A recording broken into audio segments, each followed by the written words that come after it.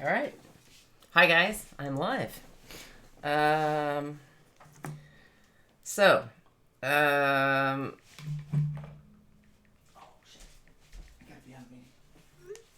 we're going to edit some Spain photos today. So I'm just going to kind of play around with that and kind of bring you along with me. So while I'm doing my stuff. So hopefully you'll enjoy some of this. This photo is super, super blurry. I wasn't drunk, I promise. Not that I don't get drunk, but I wasn't at the time. So it was a cold morning in Spain, and I decided to go have famous churros and chocolate, hot chocolate. You dip the churros in the hot chocolate. I'm pretty sure, and I never knew this before that churros were actually founded in Spain. I always thought they were something from Mexico, coming from originally California and now Portland, Oregon. So it is a Spanish thing, and you go and you get them. They're not dusted with cinnamon and sugar like we're used to here in the United States. They're just kind of plain, a little bit sugar, and then you dip it in this really thick hot chocolate. So it's not a drinking chocolate per se. I mean, it's more of like a spooning chocolate, but you dip the churros in there. And even though it was cold outside and they had heaters and I was able to sit out there and really enjoy it. This place is really kind of unique. It's right off the Plaza Mayor, the main plaza in Madrid. And it's open 24/7, 365 days a year. So it is really kind of a cool and unique place. There's always a line. It doesn't matter what time of day or night, apparently. But it moves so quickly because they've been doing this for over 100 years. It's been there since the late 1800s. Okay, so what I'm going to do here, the gentleman was walking very quickly towards me. I didn't have my camera set in the right settings because I only thought about taking a picture of this guy bringing the churros at the very last minute. So now I've got this really fuzzy photograph, and I want to see if I can fix it. Well, one of the programs I use is something called Topaz Labs. And they have a program called Topaz Sharpen AI. Now, I am not sponsored by any of the companies that I mention here. These are just tools that I use, tools that I like. Nobody is paying me to tell you about them. Nobody is paying me to use them. I'm not opposed to that if a company wants to do that, but these are tools that I, as a photographer, have been using. So I'm going to go ahead and edit a copy, and it will bring up Sharpen AI. Hang on. Sometimes I do get texts, as we all do. All right, so you notice down here, it mentions that it sees already that it's a very, very blurry, it's a motion blur. So the AI has already cleared quite a bit of this up. You can see on the left is the original, and the right is what it is cleared. So it's not fixing it 100%, but it is doing a pretty good job. But that's just the AI. Now there's more we can do. If we remove blur and we can bring that all the way up and see what happens, didn't work, did it? That's a little bit better. Not really any much more. We don't need to suppress noise because the photograph is not very noisy.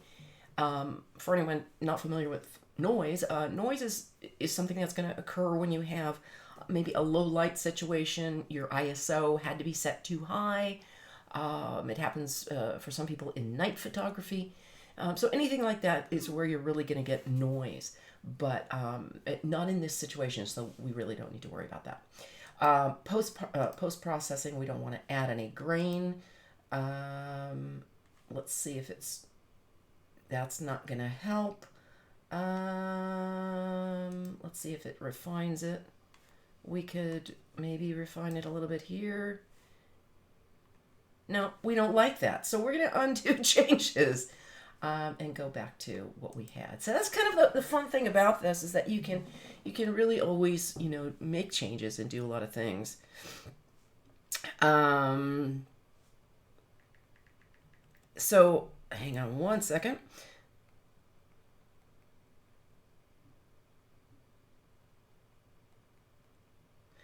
So this is motion blur, very blurry. Now we can try some other things to see if we can get it any better. I'm also going to move that up so we can see more of his face in the picture. Out of focus, very blurry. Let's see if that's any better. And it's doing its job. You can see down here.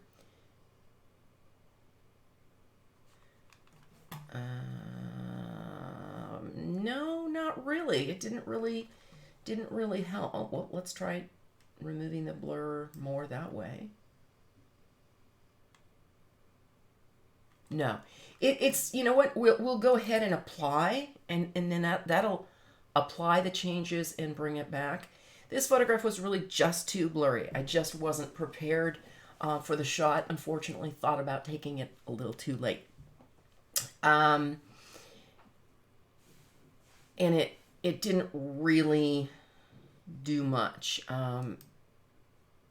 Here's the edited one.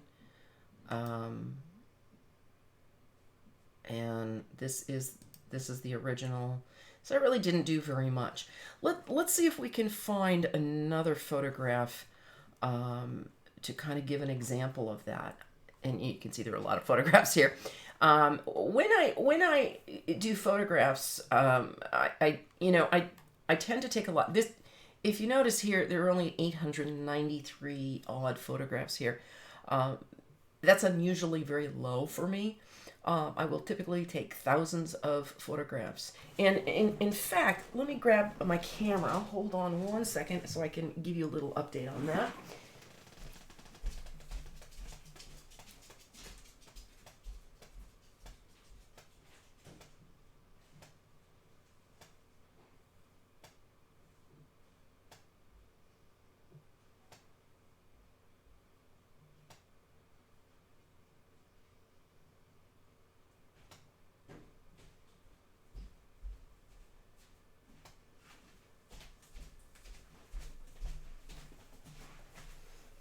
And by the magic of television, I'm back. All right, so I'm going to pull out some camera gear and show you what I use. I'll show you some of my favorites. Now, I have quite a few different cameras just because I'm always upgrading.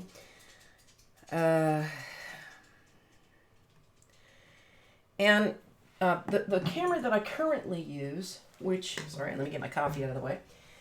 Don't have liquids near your cameras. I must have put away the other camera. I'm a Nikon person. I've had friends try and switch me to Canon. Not a fan. Always been a Nikon girl. Actually, to be honest with you, let me grab this. This is my very first camera. You can see it still has the Kodak Gold thing on it. My brother gave this to me when I moved to London at the age of 18 to go to school. And I'd had other little cameras and what have you before, but never anything a little bit more sophisticated at the time. And I'm not going to tell you what year that was. Let's just say it was in the last century. My brother gave me this Olympus OMG. Yeah, I know. Kind of cool, huh? Oh my, yeah. I've kept it because it was my very first camera.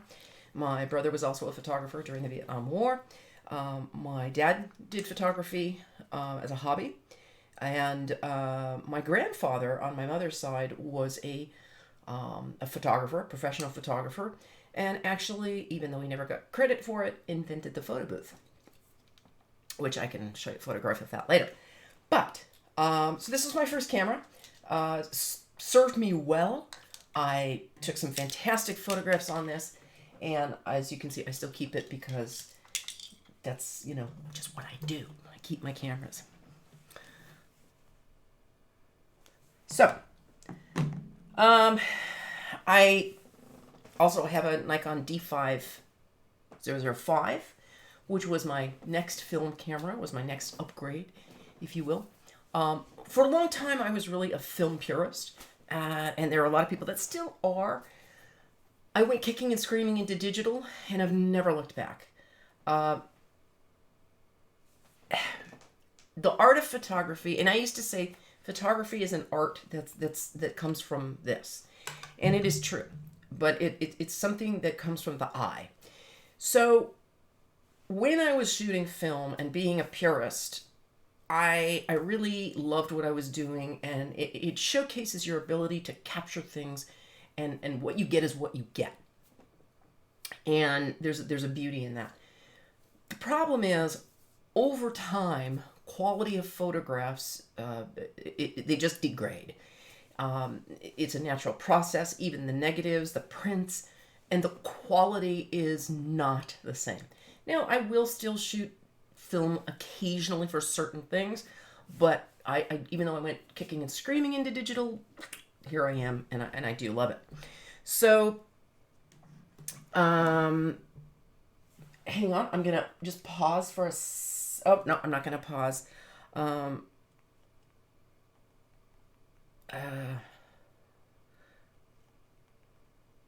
on, sorry, I had to send that text quickly.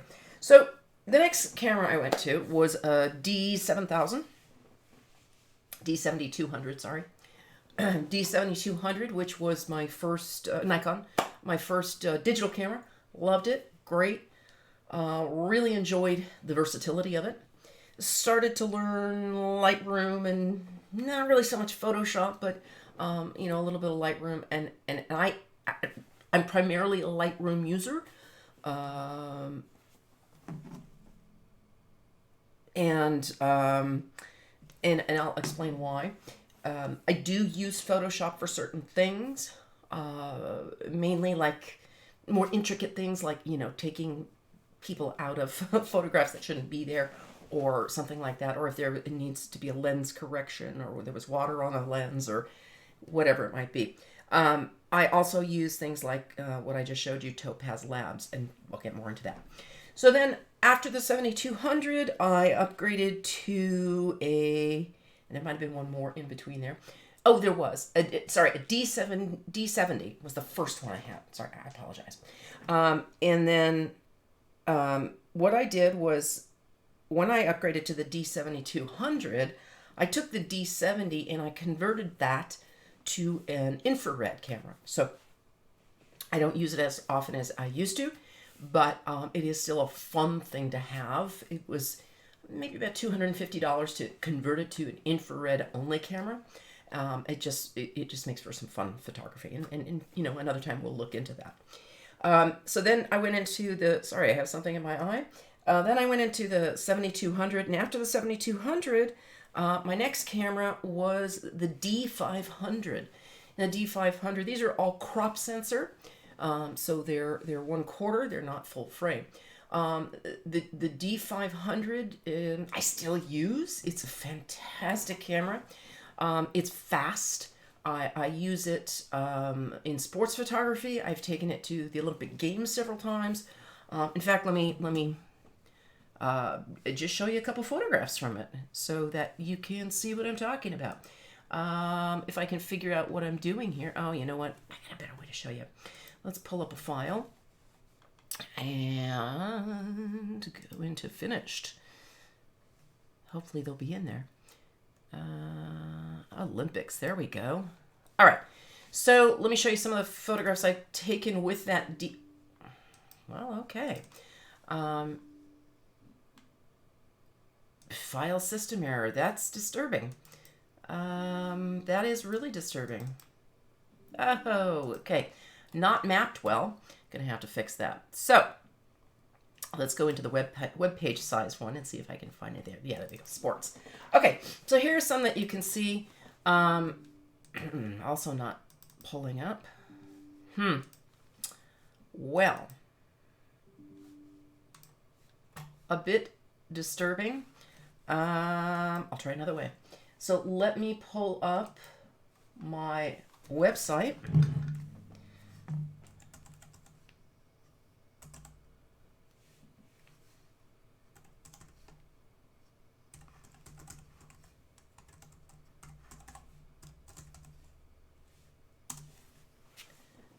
And I will pull that over here so you can see it. Doesn't help if you can't see it, right? All right, so this is my website.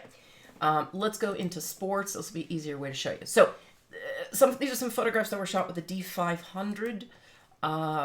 You can see how fast this camera was. It's a crop sensor, which is really good. Crop sensors are really good for catching, with telephoto lenses, for catching things further away. And this particular model is, I think it's maybe about 5 years old now, 6 years old tops. But it is, it came out around, I think, 2016, 2017 maybe. But it is still considered one of the best crop sensor cameras out there, especially made by Nikon. So you can see some of the photographs here. These were all shot with the D500. Shoots very fast. But there's Usain Bolt on the finish line. On the starting line. Able to capture just moments in time. These are all some sports photographs. What I really love about the D500 is this. It's just fantastic. And if I'm going to something like the Olympics, for example, I'm likely to carry 2 cameras. That's just something that I find beneficial. A crop sensor and then a full frame, which I'll get into in a minute. But you can see how well the D500 does at really just capturing a moment in sports. And we've got Usain again, lots of different action shots. This was another race. Okay,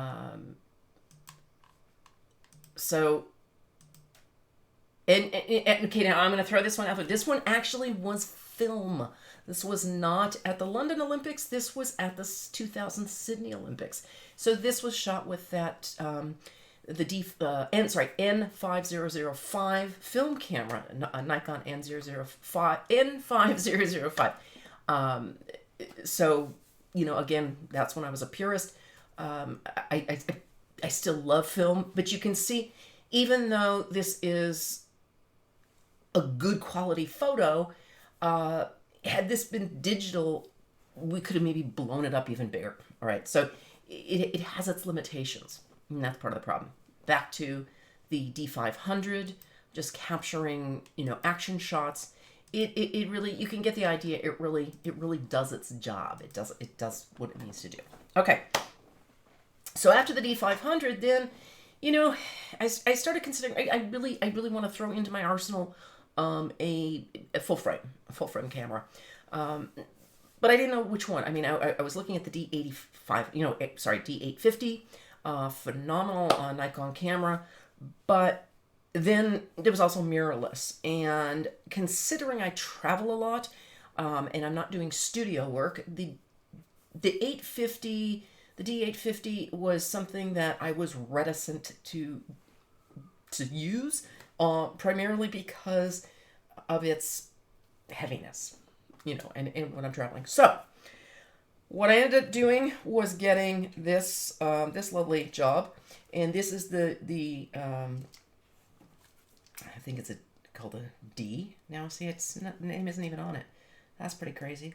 There it is. Sorry, Z. It's the Nikon Z cameras. Not awake yet. Only 1 cup of coffee. So the Z6 II. I really love this camera. I don't have a clip here to put on it, but this has got right now it's got a 24-70 lens on it.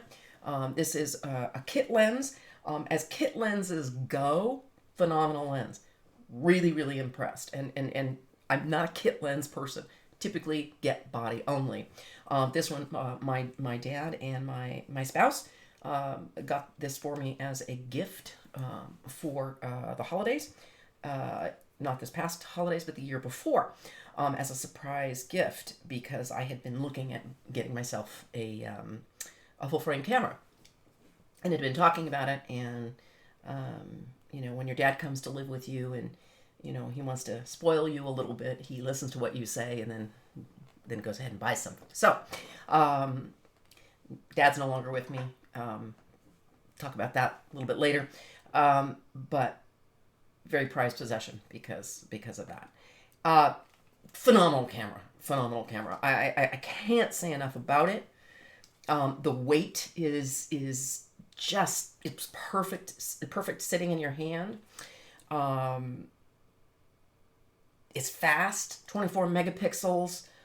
There are other models. There's the new Z9 that has come out. I have not tried it, but I really, really like this Z6 II. It, you know, all the bells and whistles. It you know, everything pulls out there. It also does 4K video. I never use my my cameras for video. I'm not a videographer. Admittedly, I am purely a photographer, still photographer. Lost my mind there. Sorry about that. I'm primarily a still photographer. Thank you. Thank you for the message. Let me just write that message back. Yeah, I know my name is Beelzebub. I'll get to that. Long situation. Long story about that. I sometimes call my dog Beezel. I don't know why. So that's where that comes from. But this Z6 II is really phenomenal. Let me turn this light off. Sorry about that. That's a little bit better. The Z6 II is really phenomenal. I really like its performance. What I tend to do also is, along with the Z6 II, then I have some additional lenses. Now, Nikon hasn't really been in the mirrorless camera game that long, so their lenses are coming out slowly. I have a little 40 millimeter lens. It was relatively inexpensive as far as, you know, full frame mirrorless lenses go. Does a great job. Just a small little 40 millimeter prime lens. This one is my favorite. Although, you know, I've had some problems when I originally got it, and then I got a new one and replaced it. The 7200 is a 2.8 lens, which is, and this is a brand new one that I just got. I haven't used it that much, but it's incredibly quiet. In fact, let me just put it on, and you can hear just how quiet this lens is.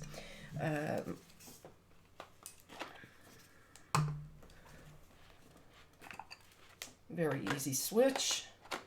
I really like the bayonet switch. And let's do just a quick focus on this.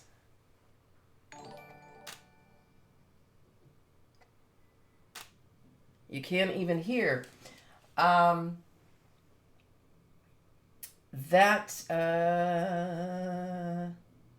thank you. Just want to reach out to, give a shout out to a viewer. Thank you very much. So you can't even hear any focusing on that. That's focusing. I'm focusing on different things here, and you can't hear it. Let me give you a click. That's it. And you can actually remove that click too, which is always a great thing. So this is one lens.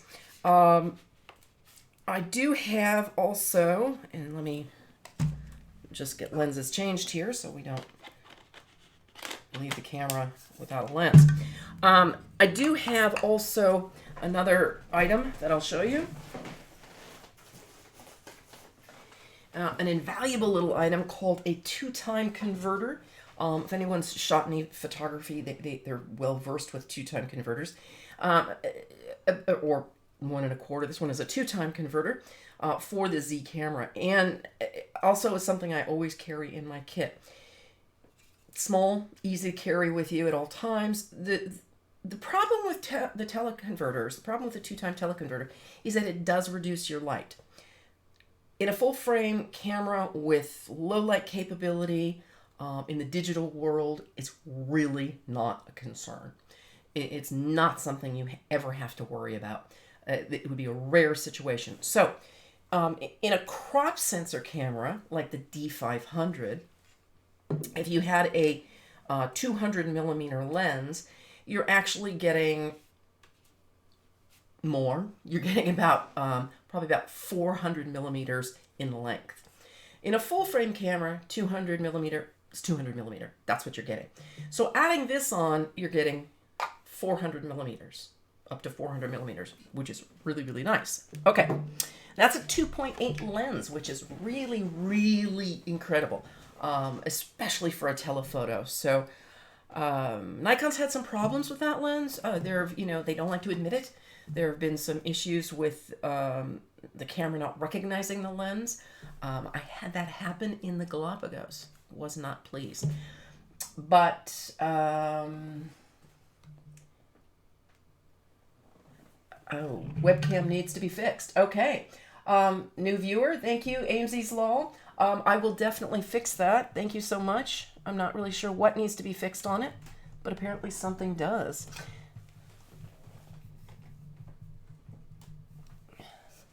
Is that a little better?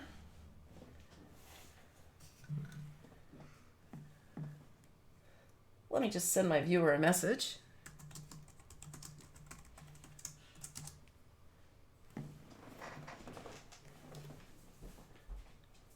I'm going to get my tech person in. Sorry, AMZs. Thank you for letting me know. I'm going to get my tech person in. Be right back.